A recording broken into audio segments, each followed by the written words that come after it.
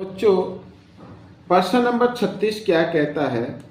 ठीक है, प्रश्न नंबर 36 मेंटल मैथ क्लास 9 अध्याय 10 हीरोन के सूत्र। प्रश्न नंबर 36 क्या कहता है? देखो, प्रश्न नंबर 36 कहता है इसको, एक त्रिकोणीय पार्क के चारों तरफ बाड़ लगाने की लागत ज्ञात करनी है। ठीक है, त्रिकोणीय पार्क है, इस तरीके का कोई पार्क है ऐसे। ठीक है, इसके चारों तरफ यानी ये इधर बाड़ लगानी है, तो उसका लागत ज्ञात करनी कि कितने कीमत आएगी, कितना लागत आएगी, कितना उसमें पैसे लगेंगे। ठीक है, जिसका क्षेत्रफल दिया हुआ है, वर्ग मीटर है, और इसकी दो भुजाएं 11 मीटर 6 मीटर है, यदि बाड़ लगाने की दर 10 रुपये प्रति मीटर हो। अब बच्चों, इसका पहले तो हमें निकालना है परिमाप, और परिमाप निकालने के लिए हमें चाहिए तीसरी भुजा। ठीक है, तीसरी भुजा तो इसमें नहीं है, तो हम क्या करेंगे, क्षेत्रफल से पहले हम एस निकालेंगे। एस का मतलब सेमी पेरीमीटर, अर्ध परिमाप। एस का मतलब क्या होता है? अर्ध परिमाप। एस का मतलब क्या होता है? अर्ध परिमाप। ठीक है, तो एस हमें निकालना पड़ेगा सबसे पहले, और ये एस कहाँ से आएगा? हीरोन के फॉर्मूले से आएगा। किससे आएगा? एस भाई एस घटा ए, एस घटा बी और एस घटा सी, यहाँ से एस निकल कर आएगा। ठीक है, ये क्या होता है? फॉर्मूला होता है क्षेत्रफल निकालने का। लेकिन दिया हुआ क्षेत्रफल कितना है? 20 वर्गमूल 2। ठीक है, 20 वर्गमूल 2 है भाई। फॉर्मूला तो ये होता है, दिया हुआ ये है, तो हमें नहीं मालूम एस क्या है, हमें मालूम नहीं है एस क्या है। तो मैं आपको इधर बताता हूँ। देखो, ये जो 20 है, इसको हम लिख सकते हैं 4 गुणा 5, 4 पंजे 20 वर्गमूल 2 लिख सकते हैं। अब 4 गुणा 5 जो मैंने लिखा है, इसका मतलब ये है कि ये संख्या वर्गमूल से बाहर निकली हुई है।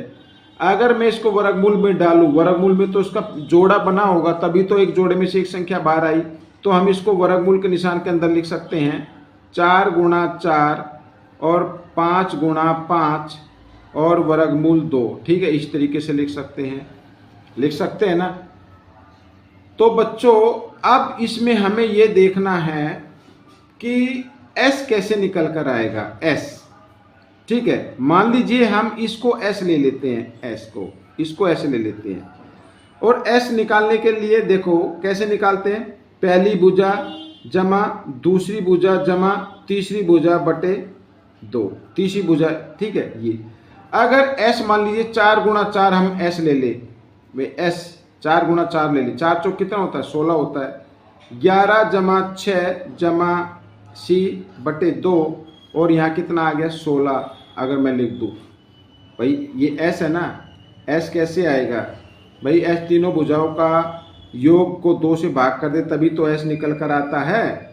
ठीक है ना, तो एस कैसे आता है? एस, और यहाँ पे लिखा शुरू में एस आता है। शुरू में क्या है? एस दिया हुआ है, तो शुरू में यहाँ पर 16, अगर हम 16 को इधर रख दें तो इस तरीके से हम इसको करेंगे। ठीक है, अब 2 इधर भाग में है, बराबर के साथ इधर ले आओ, किस में हो जाएगा? गुना में हो जाएगा।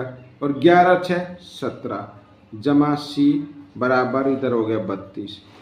अब सी का मान निकालो, 32 घटा 17 और सी बराबर कितना आ गया?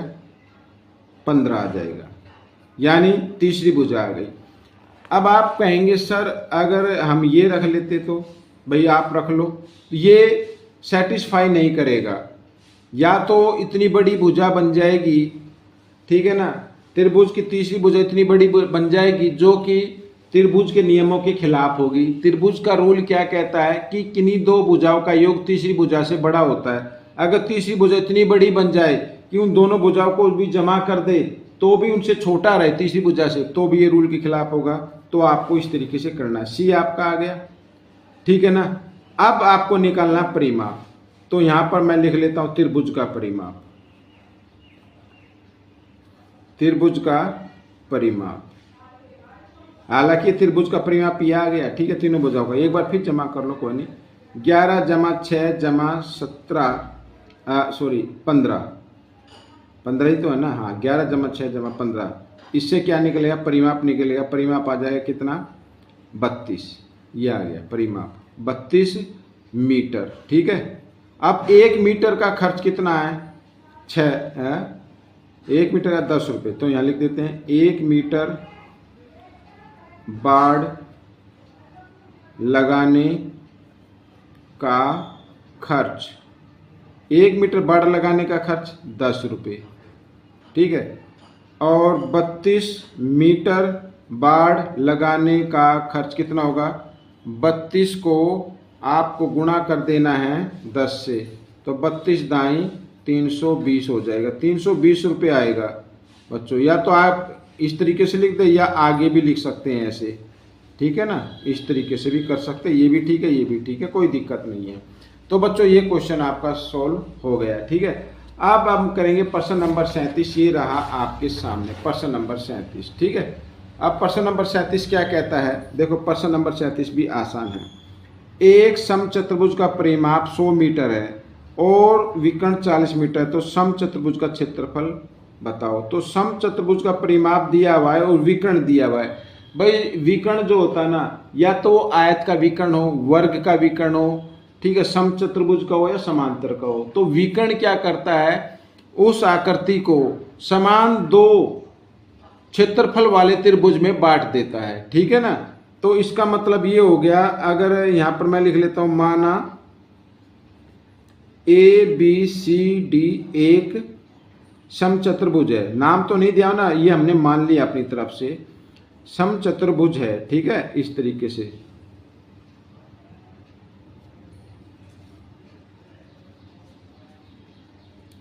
तो ये इस यानी ABCD का क्षेत्रफल बराबर होगा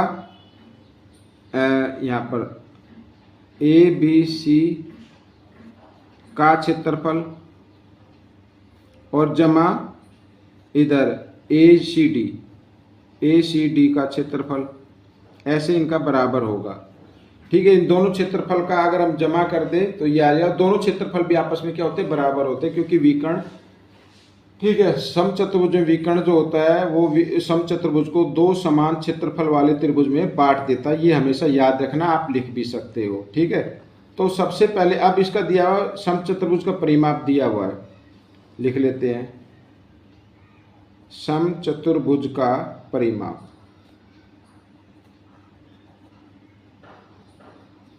कितना है? 100 मीटर, ठीक है। लेकिन फॉर्मूला क्या होता है? 4 गुना भुजा।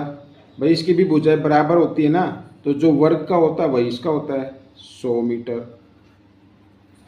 अब भुजा निकालनी है आपको, तो भुजा ऐसे, भुजा 100, अब 4 इधर गुणा में, इधर आकर ये भाग में आ जाएगा, 4 से भाग किया तो कितना आ गया? 25 आ गया। तो भुजा कितनी आ गई? 25 मीटर आ गई, ठीक है। अब भुजा कितनी आ गई? 25 मीटर है। ये 25 मीटर है, ये भी 25 मीटर है, ठीक है। आप एक त्रिभुज का निकाले, दूसरे का निकालने की जरूरत है, क्योंकि ये भी 25 होगी, ये भी 25 होगी। दोनों त्रिभुजों में एक जैसी भुजा आ गई, विकर्ण कॉमन है ही, ठीक है। तो एक त्रिभुज का क्षेत्रफल निकाले, उसको 2 से गुणा कर दे तो ABCD का क्षेत्रफल आ जाएगा, ठीक है। आइए निकालते हैं त्रिभुज ABC का क्षेत्रफल। तो त्रिभुज ABC का क्षेत्रफल कैसे निकालेंगे? सबसे पहले आपको क्या निकालना है? S निकालना है। S कैसे आएगा? तीनों भुजाओं का योग, यानी 25 जमा 25 और जमा 40, ठीक है ना। भाई ये भुजा 25 है, ये भी 25 है और ये 40 है, ये त्रिभुज का क्षेत्रफल। और इसको अगर हम 2 से क्या कर दें? भाग कर दे, तो आ जाता आपका S। 25 और 25 50 और 40 90, 90 बटे 2, 90 को जब 2 से भाग करेंगे तो कितना हो जाएगा? 45 आ जाएगा, ठीक है। तो ये ऐसे आ गया। अब हीरोन का फॉर्मूला लगाना है आपको, ठीक है। S यानी 45, और फिर क्या आएगा? S घटाए यानी 45 घटा 25, ऐसे, ठीक है, इस तरीके से करना है। और फिर क्या आएगा? 45 घटा दूसरी भुजा भी 25 है, और फिर 45 घटा तीसरी भुजा जो 40 है, लिख सकते हैं ऐसे। अब आपको कर लेने छोटे छोटे टुकड़े। 45 यानी 9 पंजे 45 होता है, तो 9 को 3 गुणा 3 और गुणा 5 लिख सकते हैं। 3 3 9 पंजे 45, ठीक है। अब 45 में से 25 घटाएंगे तो कितना आएगा बच्चों? 20 आएगा। इधर भी 20 आ जाएगा, तो 20 का तो जोड़ा बन ही गया। भाई जोड़ा बन गया, उस नंबर, उस नंबर के आपको फैक्टर नहीं करने हैं, ठीक है, उसके टुकड़े नहीं करने हैं। और 45 में से 40 घटाएंगे तो आ गया 5। अब देखो 20 का भी जोड़ा बन गया, 5 का भी बन गया और 3 का भी बन गया।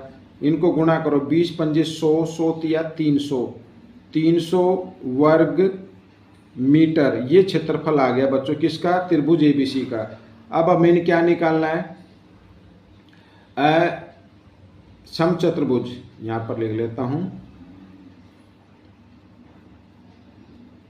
समचतुर्भुज ए बी सी डी का क्षेत्रफल। तो क्या करना है, त्रिभुज के क्षेत्रफल को 2 से गुणा कर देना है। 30 दूनी 20 पंजे 100 या 300 है ना, 300 ऐसे, 300 दूनी 600, 600 वर्ग मीटर, ठीक है। इस तरीके से ये आपका उत्तर बन गया बच्चों। तो ये वीडियो कंप्लीट हो गई है।